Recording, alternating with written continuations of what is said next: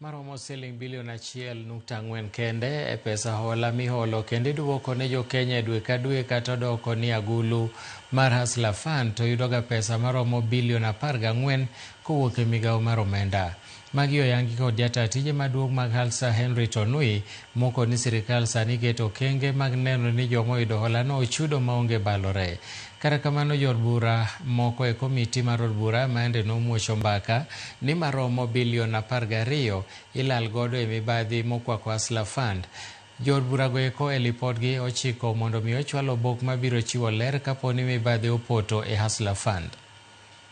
Yes, I think, and even the press reports say 6 billion shillings has not been repaid. And many of the people who took the loans of Hasla Fund, of those 6 billion, are not known, cannot be followed up. So when you say no money is lost, are you categorical that there is no money lost? Do you have that 6 billion in the account? So up to now, we don't know whether money is lost, we don't know whether money has been stolen, but we just know we need to audit to know, is the money there, is it safe? So these documents will help us make a ruling whether Hasla Fund is competent or incompetent in its functions.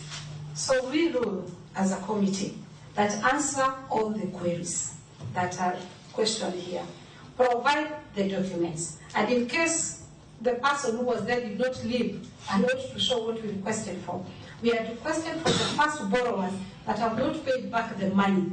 We want the list of the borrowers with their contacts and identification. Fatuma Mohammed, ID number blah, telephone number blah, all the documents that show that that person has borrowed and the amount borrowed. Whether it's 10 lorries, we want it.